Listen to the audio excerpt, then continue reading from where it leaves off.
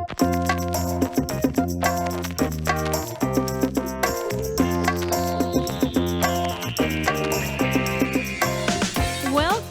back to the Glitter Boom Girls podcast. I'm Robbie Ann McPherson on the East Coast. And I'm Amy Asberg on the West Coast. And without any ado, never mind further ado, without any ado, we are getting right into part 2 of our interview with podcaster supreme, David Yontef. What's up, David? Am I the first official guest that you've ever had back twice? You are. You're the first official guest, period. God, I feel so special. You are. Oh, you are special. Like, can I tell you something based on someone who interviews 5 days a week of Bravo celebrities and reality stars? Podcasters make the best guests, really, because we have our, unless something drastic happens, we know how our sound is, we're on time, we get how it works. Really, I've had podcasters on my show back when I started, and they make the best guests. Really. Well, I can vouch for that because you are a fantastic guest. Yeah, and you know the drill and all that, so that's cool. But I'll come on anytime, because first of all, I can't talk on my show. So the thing is, like, my show is not, first of all, I've become just an interviewer. Like, my show is not about me. So like a lot of times I'll get criticism of like, blah, blah, blah, you're dry, whatever, which I'm not, as you can see. It's like, it shouldn't be about me. It shouldn't be. My style, which we kind of talked about last time, is like when you're on my show, it is your hour or hour and a half to tell your truth. Do I believe everybody? Like, people will email me and be like, that person is full of shit. They're a fame whore. I got it.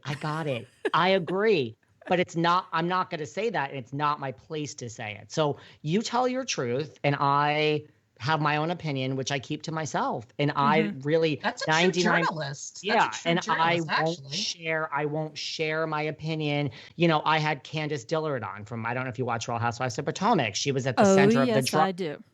Right. So she had the smack down with Monique. Oh my God. Everyone hating. So many nasty comments towards me. It's like, I'm not team Candace. I'm not team Monique.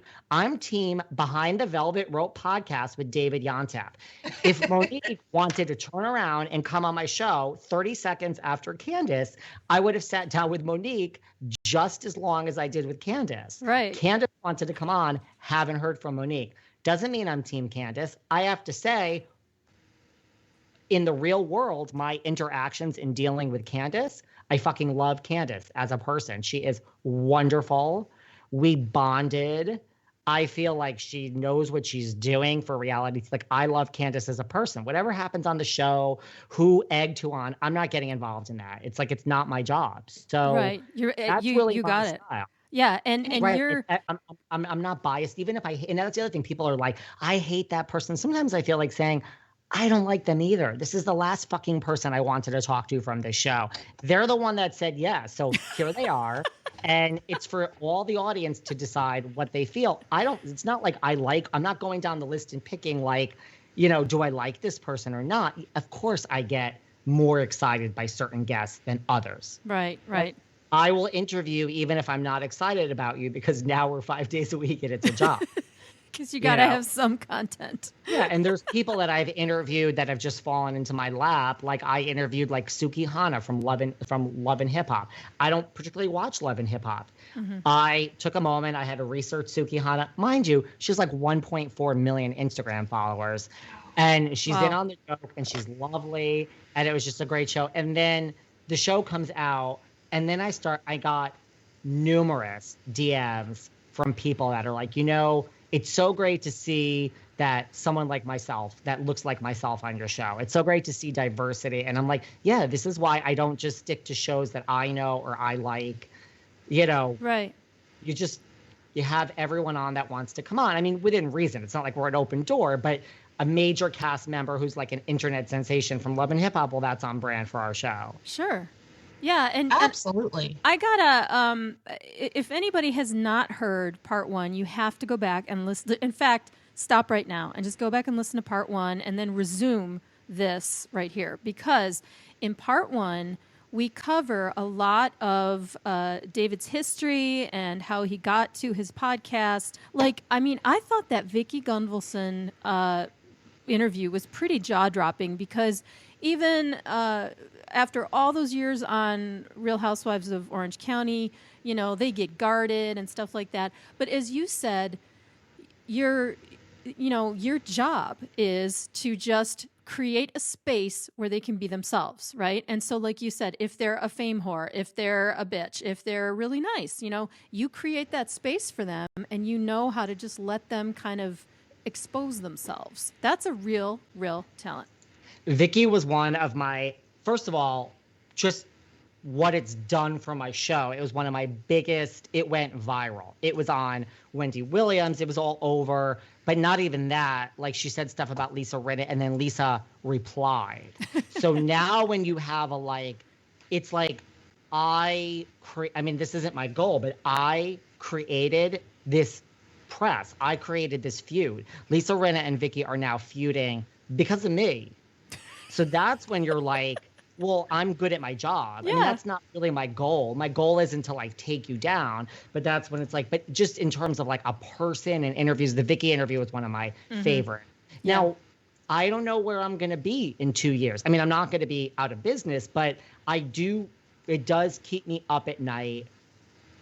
I'm not sure if everyone always, I don't know if people like the press they get. I don't know. I've emailed Vicky. I mean, it's a new interview. I've emailed Vicky since then, and I have not heard back. Not about the show. I distance myself from the worldwide, global, Lisa Rinna's coming out. I pretended I don't know about any of this press, even though I posted it on my Instagram for 2 weeks, night and day, about how I was on the Wendy show and all this other stuff, and every clip the time our podcast was mentioned. But when I actually spoke to Vicky, I just emailed her about something totally unrelated. I haven't heard back yet. So I don't know. I'm always that's what keeps me up at night. But I just go back to two things. First of all, if you get global, international headlines versus something that you said, it's like you said this, not me. So I don't know how you're mad at me for what came out of your mouth. Yeah. And second, someone like Vicky, this is your 14th year. Sweetheart, darling, love of my life. You're not a rookie. So if you don't, it's almost insulting. Do you think this is a little mom and pop, that no one's listening? So if someone gets headlines, and I'm not saying Vicky's mad, it's just that's my guilty conscience where I'll reach out to someone. So I don't know, when I start to try to get certain people back for a second time, I mean, I've had people back. To me, the people that are in my team, my PR, everyone is no, they love the press. Well, I can tell you I've been yelled at by certain housewives that don't love the headlines they've gotten from being on my show. But so I don't know. So I don't care, but I care in a sense when it's someone like Vicky who I truly love Vicky as a person. You're a wonderful woman, but at the same time, I don't regret it. I didn't do anything. I didn't try to take you down. Yeah. I asked you simple questions and you gave these answers. You said you were snubbed by Lisa Rinna. Lisa Rinna from Melrose Place, from Days of Our Lives, and you don't think that that's possibly going to be a thing in the press. Now, that's the other thing. You talk about my interview style. I have learned over the year of doing my podcasts, this is going to sound, yes, it's very relaxed and then I go there, but I've learned, I know when you say something, it clicks. It's amazing to me how people don't know that. I have people call me and say, can you edit that out? And other than that, I don't edit. But I'm 100% of the time that I've been asked to edit something out, I have said to myself, sure, sweetheart, because whatever that person wants edited out isn't even close to what's about to fucking blow up in the press. So I just don't, that is the sixth sense that besides the fact that you say I get people to open up, I know when you say something, it clicks in me and I'm like, holy shit, that's it. You know what, though? That's why not everybody is a great interviewer, because when you're interviewing celebrities, they they have an agenda, and it's not their fault. I mean, it's their job, right? Like they have things to plug, they have an image to enforce or change or whatever they're working on, and even in the case, as you said, like this feud with Lisa Rinna, excuse me, and Vicky, it's hard to imagine that a seasoned pro like Vicky wouldn't realize that Lisa Rinna would also want to jump on the opportunity to use this to, go viral and generate a lot of stuff. Because I think these are two really savvy women, obviously smart business women and very successful. And so, yeah, I'm with you. I think it's a little bit surprising. But that being said, that's also the degree of which you're making them comfortable, right? So they're just kind of lulled into this right thing. Yeah. And again, I will stand by it 100% of the time that no matter how guilty I feel, no matter how much I don't want to burn a bridge, the bottom line is you fucking said this. It is your quote. When this is printed in Us Weekly, on Wendy, in People magazine, I promise you there is not one quote for a national magazine, Perez Hilton, all these magazines we've been in, that is incorrect. There's no printing Us Weekly and getting the quote wrong. It's 100% what you said. And they say in journalism, we've worked for magazines, they say if you don't want us to print it, don't say it. Yeah. Or don't do it. We won't write about it if you don't do it. 100%. Are there times that I've been on other podcasts where something comes out and they use an audio on Instagram where I'm saying something and I'm like, oh shit. Because, listen, things come out later. They come out later. You don't remember. And I'm like, shit, I have never said, oh my God, take that down. No, I listen and I'm like, oh, Jesus Christ, David. Like, I mean, I wasn't drunk. And you're like, it's just like, I said it. So deal with whatever happens now. Right. To me, it's like, this is a therapy issue. This is you are playing victim. You need to look inside and get help and get therapy if you're living your life like this of blaming others, because this is what you said, period. What I did with it, any podcaster in this world as a business takes their episodes and gets press if you can. That's how it's a business. Yeah, we don't do that because we don't know how. So we we just put these things out. That's it's a whole part of the business. And so I don't know if people so hopefully I'll just not get the reputation of whatever you say. No, I mean, it doesn't help that Tamara said a bunch of shit on my podcast and it went all over the world too. So I could just picture. She loves it though. I feel like they love it. I don't know about Vicky, but I know Lisa Rinna loves it. She wants to be in the headlines. She doesn't care how. Okay, we're going to talk about the 80s now. Okay. And we covered in part 1 Dallas, which is just an icon of a television show. So make sure you check that out. But if it's okay with you, David, I would like to move on to a subject that I could wax poetic about for days, and I've gotten in bar fights about, which is Xanadu. And you know what I'm talking about, right? The quality of the movie, why it's lovable, and all this kind of stuff. And also the soundtrack. I mean, there's so much to unpack with all the things that Xanadu is. So I'm just going to ask you a broad question. Okay. Which is, where were you the first time you saw Xanadu? Actually, that was a really specific question, wasn't it? I wish that I knew that answer. Maybe with your grandmother. Maybe you guys watched it together. That was Dallas. I mean, I can tell you for sure that I saw Grease in a movie theater. I saw Jaws in a movie theater. Yeah. I don't know. 1980, you guys. It was August 8th, 1980. It was released. Think about that. I feel like I didn't see it in the movie theater. I don't know why. I feel like I didn't. So I don't know where I was when I first saw it, really. So can you just... the love, though, the Xanadu love, like, how did that grow in you? I mean, I think it was all related. Like, for me, it goes back to ONJ. Would I have watched Xanadu if it wasn't for ONJ? I don't know. Ooh, right. I don't a beauty. know. Right. But like, she came upon our lives from my life through Greece. I know she has a life before that, but ever since then. And then don't forget, this was the same time. I don't know the year, but this was the same time that Totally Hot, Olivia Totally Hot came out. Right. Remember that CD? Yeah. Where she's dressed in all. So it was like the trifecta of like the Grease soundtrack, Olivia Totally Hot, and the Xanadu soundtrack. I don't know the year of Totally Hot, but it was all around the same time. So it was like, this is just music for weeks and months. Right, right. So, it was Olivia plus the music.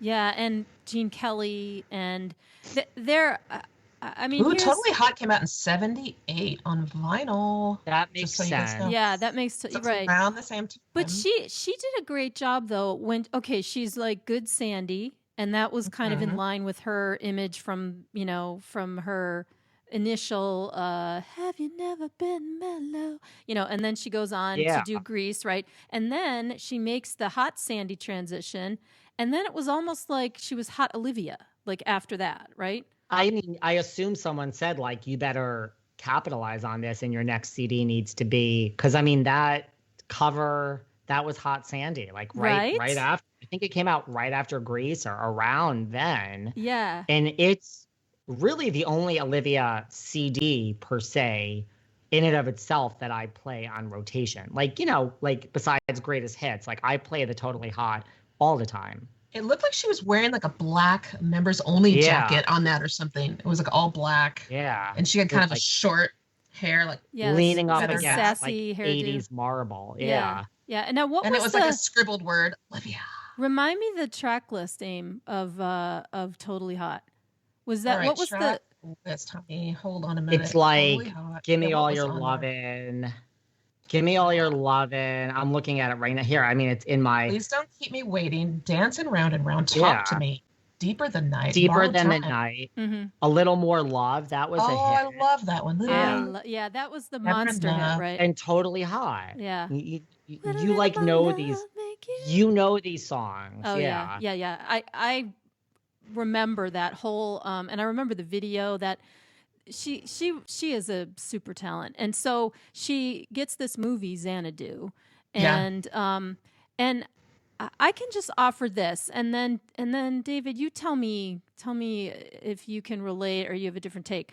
But when I watch Xanadu, now I do remember seeing it in the theater, and part of my whole thing was I was always a huge fan of Electric Light Orchestra and Gene Kelly, so to me it was like, oh my God, so I go, I was a little kid. My mom gave me $20. I went to the theater by myself.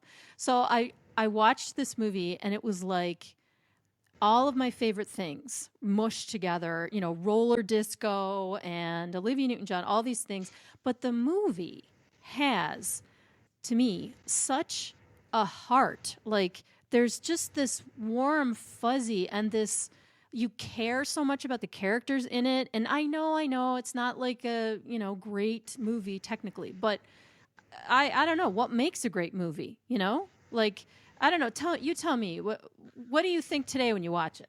Well, I went to a thing in Florida. I mean, here we are talking about South Fork and me going like in 2019. Yeah, 2019, they did 3 nights in Florida of a Grease sing-along and movie outside, but then there was a meet and greet with John Travolta and Olivia Newton-John. What? So I went all 3 nights, and when I say Florida, I don't mean when I bought the tickets, I thought it was like in Florida, outside at a theater, all 3 nights. I bought 3 nights, and then like weeks later, I was like, wait a second. This isn't one location in Florida. This is like Jacksonville, West Palm Beach. It was 3 different locations. So I had to travel all over Florida. I'm like, it's too late now. And it was 3 nights.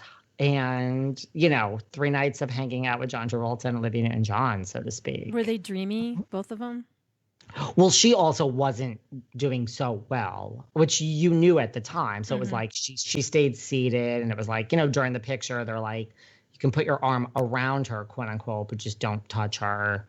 She didn't seem great. So, but she's wonderful, and she, like, I think she's in on the joke that it was a critically panned movie, which has now become a cult classic. Yeah, but this is what I get in the bar fights about. Like, I mean, I love it. It's a great movie. Yeah, I mean, the only problem that I really had with the movie was the audio and like the dubbing of the voices and stuff.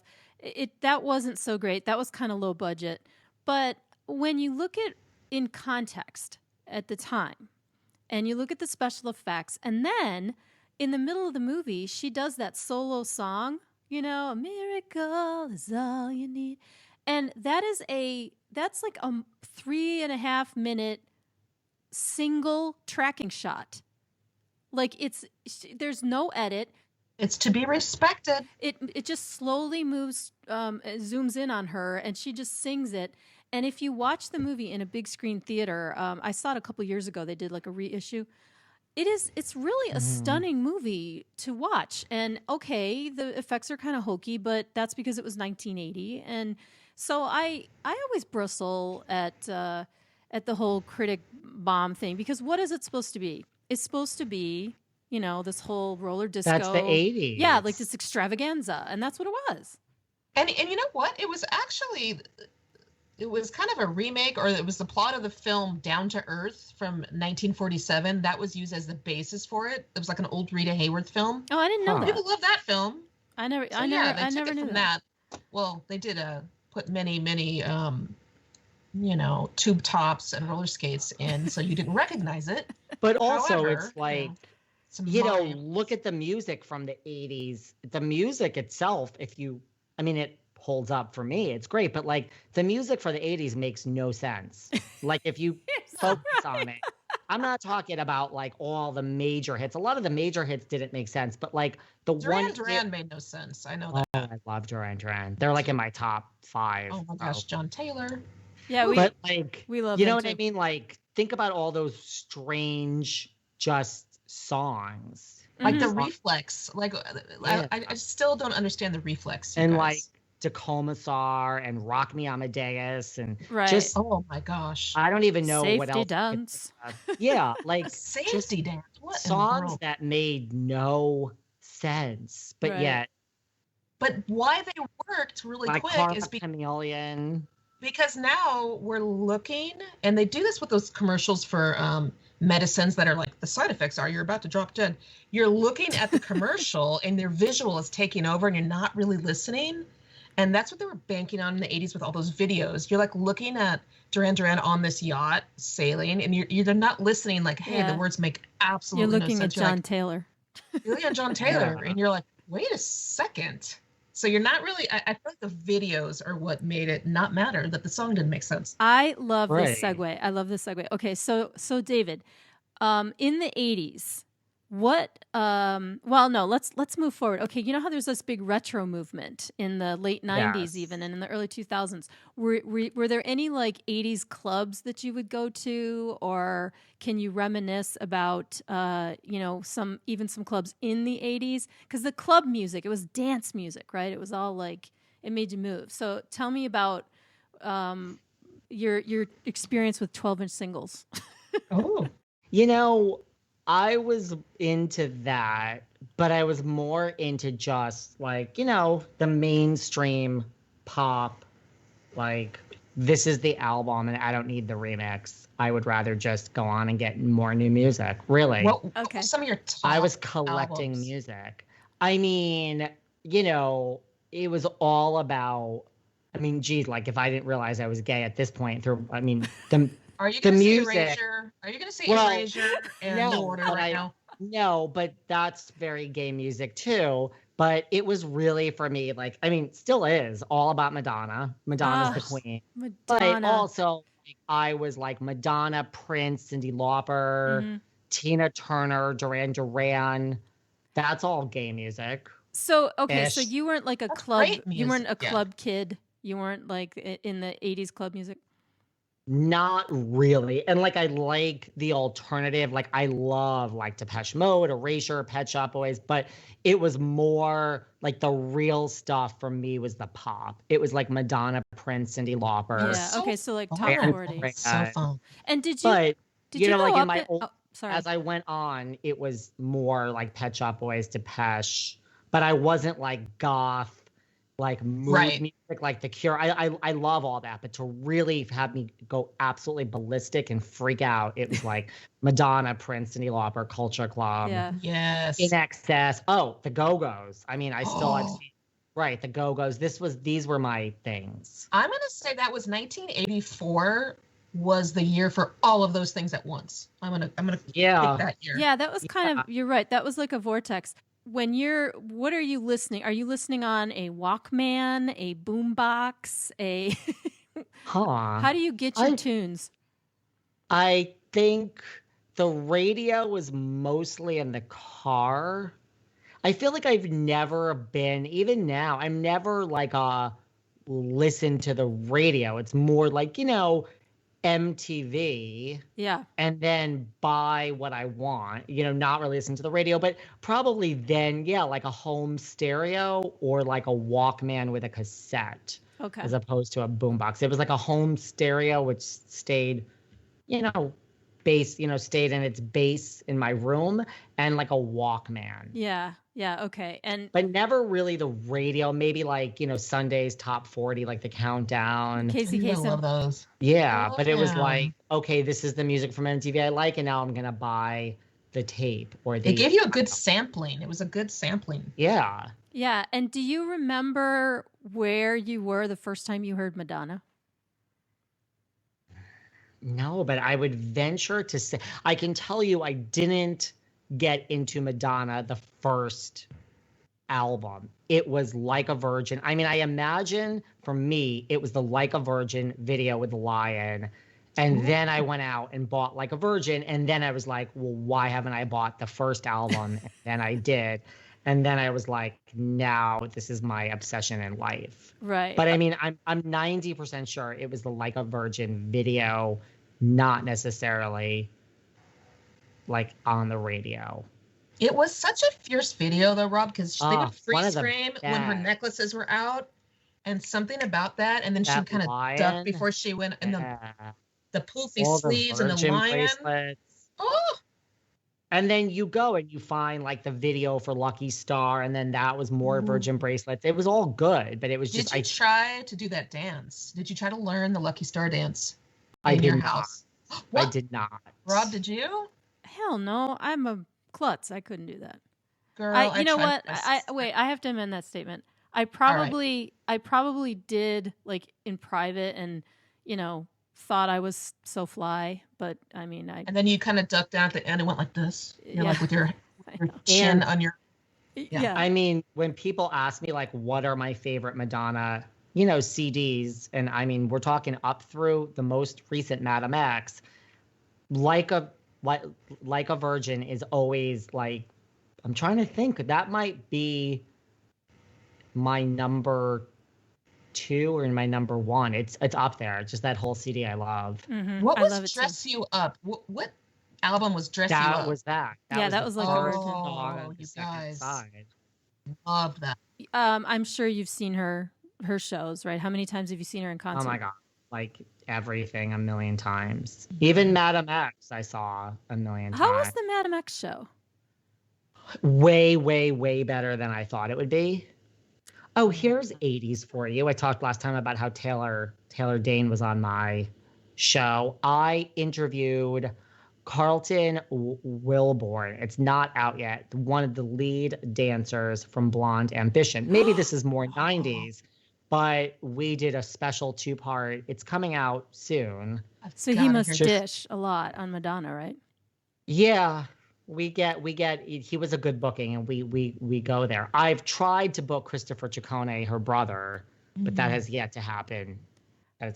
Christopher, if you're listening, please go on David's show. I mean, listen, when you come on my show, I get how Hollywood and entertainment works. Like you're going to get your chance to plug. Like Christopher has a real business for 10 minutes at the end where it's not just a minute. You will plug away your real business and everything else you've done. Same thing with Carlton. Now he's a life coach. Sure, I'm sure that you are here today, Carlton, knowing what I'm going to talk about, but I'm sure you're also here for your own selfish reasons that you want to plug the fact that you're a life coach and, you're an ex-dancer and you're reformed. Absolutely. We're not editing that out. You plug away, sweetie. After you sit here. It is mutually beneficial. Right. Like you sit there for an hour and a half and answer all of my nuanced questions about, we're talking questions like, okay, so you're going from place to place. Like, are you on the private jet with her? Are you like riding like in the back of the bus? Like, how are you treated? Oh my God, I can't wait for this. It's not even like I have shady questions. I have the questions that everybody really wants to know. Let's cut through the bullshit. Yeah. These are the questions of what the human race wants to know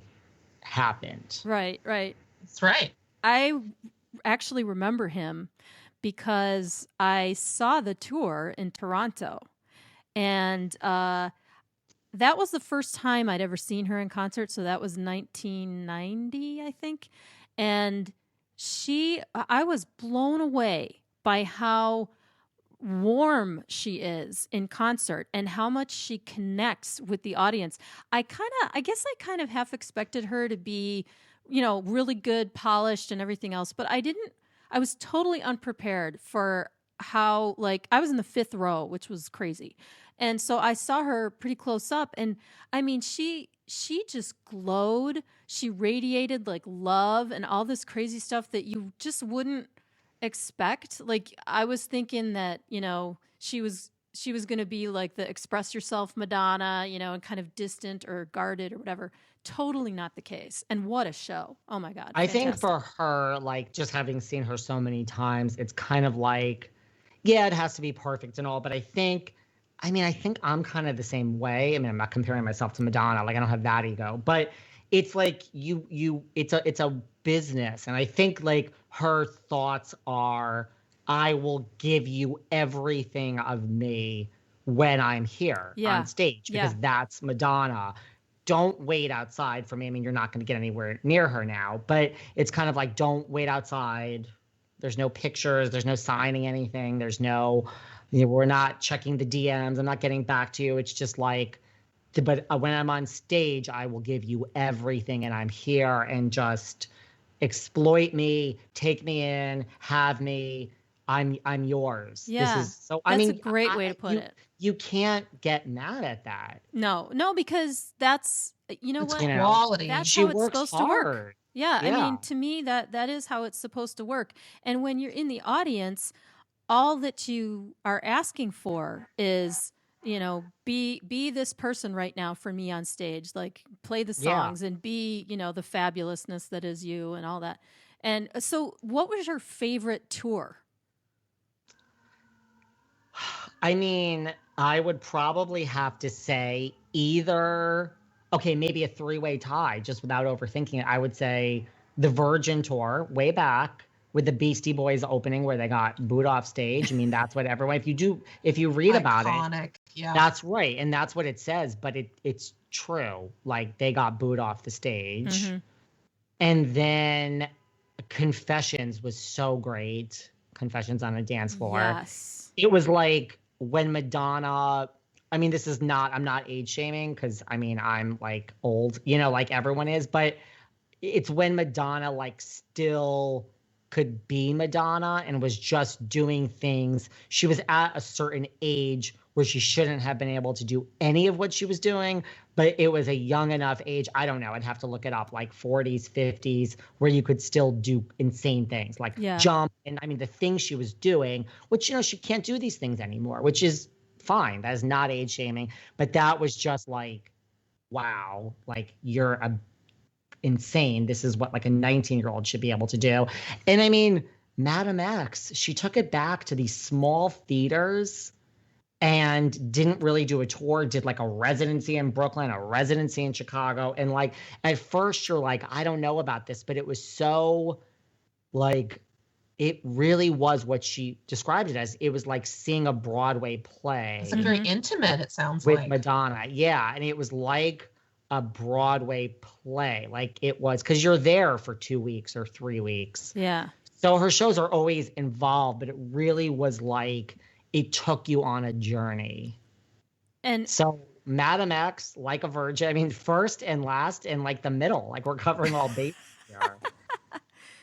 I wished the Madam X show didn't come anywhere near me. I wished I would have had the opportunity. I've seen her three times, and I thought that the Drowned World tour was just absolutely stunning and so creative, and that was my favorite like presentation of the songs, you know. And she was just at her peak. Yeah, and you know it's kind of weird. I had a ticket to see Madonna on September 11th, 2001. That was the show that I was going to. It was in LA. And obviously she canceled the show. And so she moved that show to the last, I think she did 5 nights or something in LA. So they, you know, juggled the schedule around, and it ended up being the last of the tour. And you know, on the Drowned World tour, how she comes out of the mist on that like treadmill thing, and in all the shows, she had been wearing like a tartan skirt, like a kilt. But on this particular gig, she came out of the mist with a kilt made out of the American flag, and like the place went crazy. Like when she just emerged out of the mist, because you know how it was right after September 11th, right? Nobody knew what was next. You know, everyone was scared, and the show started like 2 hours late because of the extra security and all this crazy stuff. But man, she just came out of there, and she had that stance. She was defiant. She was like, "I am not gonna let this stop me. I am Madonna, bitch. Get out of my way. Yeah. I'm going to entertain you guys for the next 2 hours. You know, I got this." It was the coolest concert moment ever. I will forever be grateful for her saying, I am going on with this show. Now, for all I know, she did it because she didn't want to lose the, you know, the guarantees or who knows what. But I know that it took some guts for her to do that at that time. And that was killer. Just killer. Such a badass. It's a good show. It's a good show. Yeah, and her album Rebel Heart, I love that album. That's a good one too. Yeah, I don't get the hate right now. You know, I know she kind of gets loopy on social media and stuff, but I think she's still producing amazing music, and just because it's not, you know, the in thing, right? Well, that's the thing; it won't sell. But like, you know, who still produces great music is Duran Duran. All the latest, and apparently there's new music coming this year. Yeah, yeah. But Duran Duran, like their latest, like last album, 2, 3, 4, all of them are phenomenal. It's just as good as the beginning stuff. It will never sell, which is okay. I mean, it sells. I mean, I also am a huge fan of like Blondie. I've seen Blondie a million times. Debbie Harry. Mm-hmm. Yeah, I love Blondie too. A lot of these people, they put out great new music. Yeah, Blondie's last album is really, really good. Yeah, it was great. This is just it's a bone of contention I have with the way that music has been sold for so long, right? Like there's labels and marketing, and a lot of artists get sort of artificially huge because the machine is behind them. Then once the machine moves on and they go to the next best thing, everyone thinks they're quote unquote over. But like they're not over, you know, they're just not part of the machine anymore. So they're still creating great music. You just kind of have to find it, and maybe they're not selling out, you know, stadiums anymore, but since when does that count as how you know, the measure of art, right? Like who cares?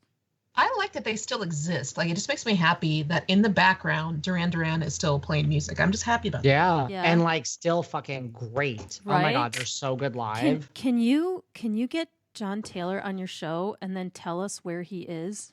Yeah. Wouldn't that be nice? We're joking, we're kidding. I mean, yeah. He probably smells like really good. I need to name drop Taylor Dane and be like, I've had her on, so all of the rest of you just get in line. Tell it to my heart. I'm going to get my crimping iron out just to celebrate the fact that you've had Taylor Dayne on there. And I'm going to crimp just the front of my hair, by the way, and leave the rest straight. Yeah, I'm a little bit disappointed though that she wasn't lovable. She's okay. I mean, I think if you, it sounds fun to listen to, like kind of a. I mean, a lot of people, shade. yeah, like a lot of people didn't pick up on it. Some people that listen to my podcast every day were like, was she rude to you? But mind you, they've said that about other people too. Mm-hmm. They're just usually right. She wasn't the rudest out of all my guests who have been rude. She wasn't the Who is the rudest? Oh, I want to know who's the rudest. He's not going to tell us. He's going to tell us off air. I want to know who's the most rude. It's like there are different degrees of rudeness. I mean, I would say 1 or 2 housewives I had a moment with. Really? Not surprising. Well, I mean, it's never like a fight. It's just kind of like if you don't want to be here, then don't do it. So it's like in a way, I'm like, yes. I'm happy you're doing it. And I don't mind, but the audience has pointed out on certain occasions, like one person cooked, like, I think a full breakfast while we were chatting. I mean, pots and pans clanking and eating food. Wow. Which I didn't think was that obvious on the audio, but I mean, apparently it was. But really, you couldn't just not do that for, an hour? Right. And someone else. That's just disrespectful. Yeah. And someone else yawned so many times. Now, I did edit. This is one of the times I edited, but apparently I didn't get all of the yawns. And so just the one that was on the air. How do you yawn? What does a yawn sound like? Like when you're talking, your voice is trailing off. And then it's like, well, now that I'm editing that out, I'm also going to edit out the like, is this the last question? So I decided to edit that out too. So like just certain people, it's like, okay. But then you're like, all right, well, I mean, you didn't have to be here. And you said yes. And so I guess I'm like lucky that you're even here. Right. I mean, and listen, the show goes on. Like if I book you and you're a name, even if it's bad, it's not like it's ending up on I'm going to put it out. So speaking of all this, have you contacted Madonna's people to interview her? Because wouldn't she be the ultimate get? Oh my gosh. Yeah, her or Cher. I would take Cher just as take Madonna. Oh my God. We have not covered Cher. We need to talk about Cher immediately. I've met Cher 4 times. Oh my God. Tell me everything. I mean, we could do a whole show just on Cher. I mean, Cher is amazing. She's what people say Madonna should be. It's not age shaming. Like, there is something about Madonna that she is not, I have no problem with it, but she's not embracing her just like almost icon status the way a like Cher or Diana Ross is. Yeah, Cher owns that shit. She just owns it. Cher is Cher. Cher is just, I mean, I saw the Cher show on Broadway. Cher is just, if you meet Cher, she's what you think. It's Cher. Okay. Like, I have some pointed questions though. She's very Cher. I mean, I didn't hang out with her, but I've met her in Vegas 4 times. Like I did the meet and greet. Okay. And so what era was this? What Shera? What? This was probably like 4 years in a row, like 2018, 19, no, like 2016, 17, 18, 19, something like that. Okay. Yeah. So I think that's 4 years in a row. I saw her tour, the last tour that she did, which is mind blowing. And what struck me was, I mean, you do the math, right? And you know how old she is. She is so vibrant and crazy. So when you meet her, is she one of those people that just has that otherworldly star aura where it's just like you don't even know what it is?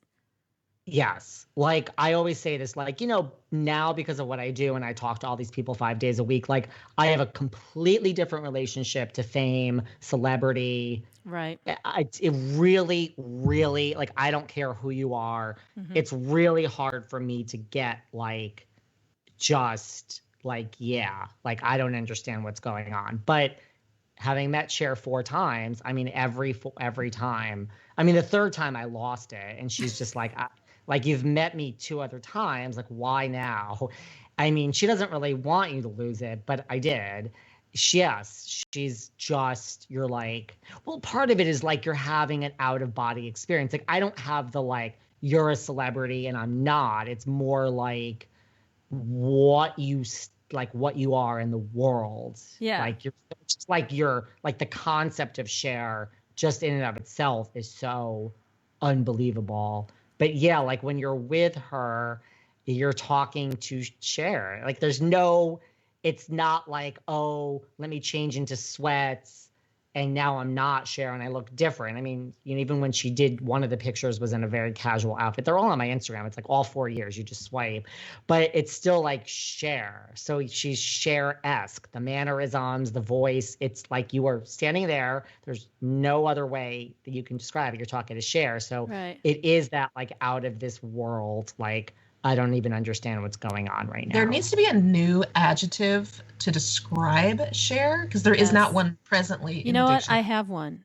It's what Cher. It's just Cher. Okay. Like that's it. Like that is so Cher. Like, and you know what? I have to point People this know out. What you mean too.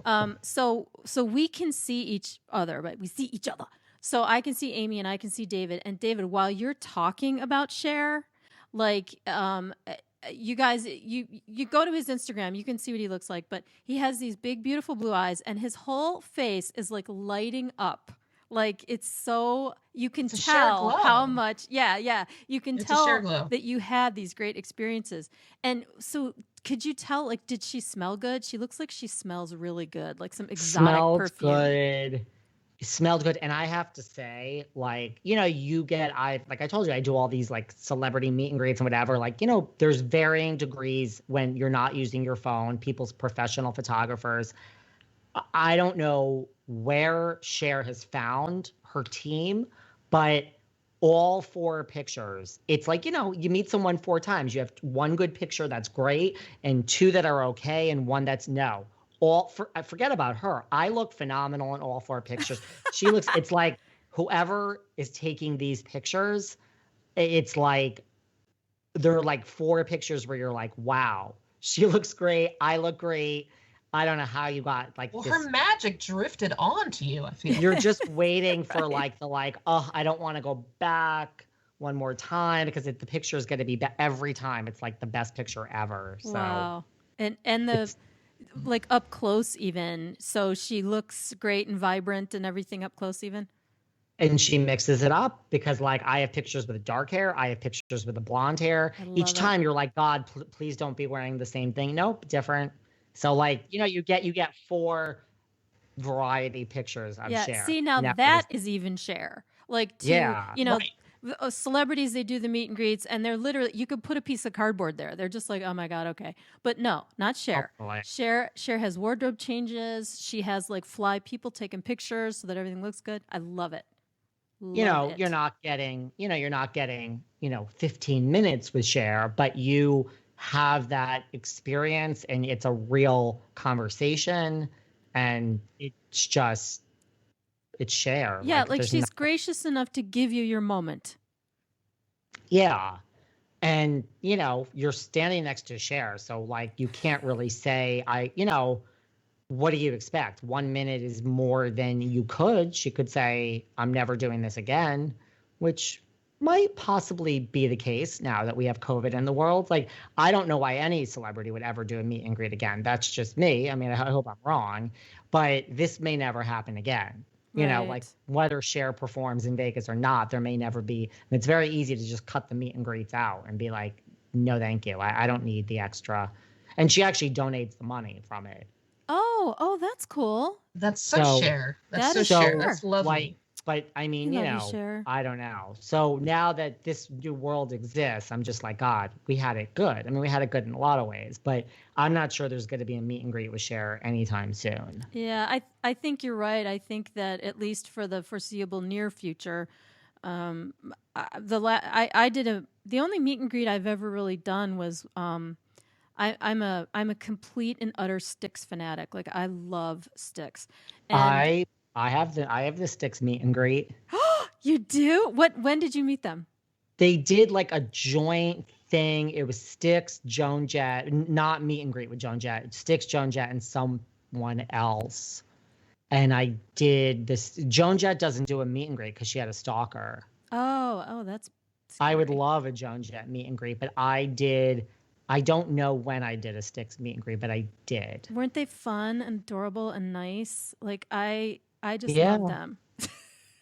Yeah. No, I mean, like, they're not like my favorite, but their music, they're one of those bands where I'm like, why am I going to this concert and why am I doing this meet and greet? And then when you look at the music like a week before, you're like, oh, wow, I know all these songs. Right. I didn't think I knew all these songs. Yeah. And then they play and they just blow the doors off the place. Yeah. Like they're my Madonna. Like I could talk about them for 40 years. Yeah, no, it's crazy. Really? But I was just thinking about what you said the other day because I have, okay, this is embarrassing in a certain way, but I have the meet and greet picture on my frickin' refrigerator with the ticket.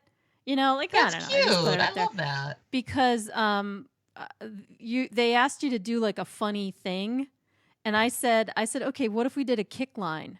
So I have a picture of me doing a kick line with Styx, and it's like my favorite thing on planet Earth. So I was looking at it and I was thinking of the exact same thing you said. Like, God, I mean, how could they ever do that? And risk. What are you going to stand there with masks on? Like, it isn't going to work ever again. If I were a celebrity, I wouldn't do it. I mean, first of all, I don't think we're having concerts for a long time. Yeah. If ever, but that's a whole nother story. Like, I think people are just in their own, like last year, because I had a lot of tickets to concerts. It was like everything in March was like rescheduled to June. You're like, okay. Then June became September. Now it's like September become like, there's no concerts in like April. Like, I just think I have friends that are like, oh, we're going to do this in May. And I'm like, the concert's not happening in May, sweetie. Like, I mean, I'm just trying to be a realist. It's just not happening. Right. But even if concerts happen, I don't know. I wouldn't go do a meet and greet if I were. I mean, I would do it as a person. But if I were a celebrity, I would just be like, cut that out of the show. No thanks. Yeah. Well, for now. Yeah. I mean, we'll see, or who knows where it's all going to go. And so I'm looking at the clock and like, I can't even believe it, but we are almost out of time again for part 2. But before we let you go, yes. I want to know. I'll come back. Oh my God. I'm so happy.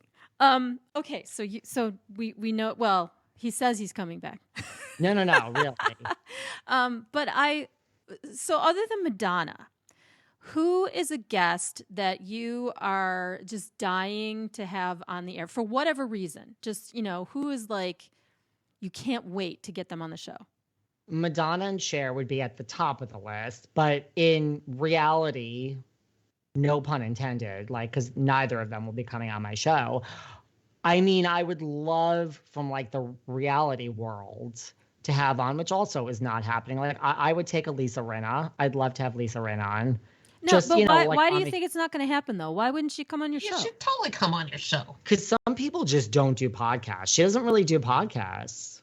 Oh, but so from like the Bravo worlds of all these people I talk to, or reality world, she would be towards the top. Yeah, that's short-sighted, though. I think celebrities out there, podcasts are an extraordinary vehicle for celebrities, and because the stuff goes viral. So I think when Lisa gets out of the news, though, she's gonna.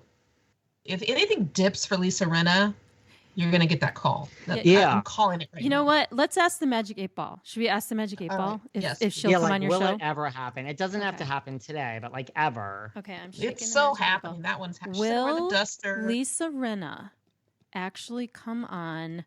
And don't give me a bullshit happy answer. No, no, honey, we're all truth. Okay, so will she come on Behind the Velvet Rope?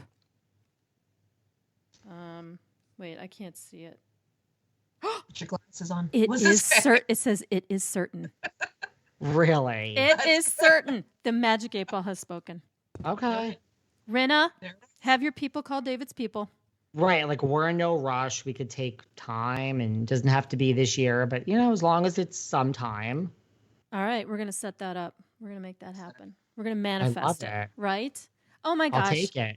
David, this has been so much fun for me. I hope you had even iota of a good time.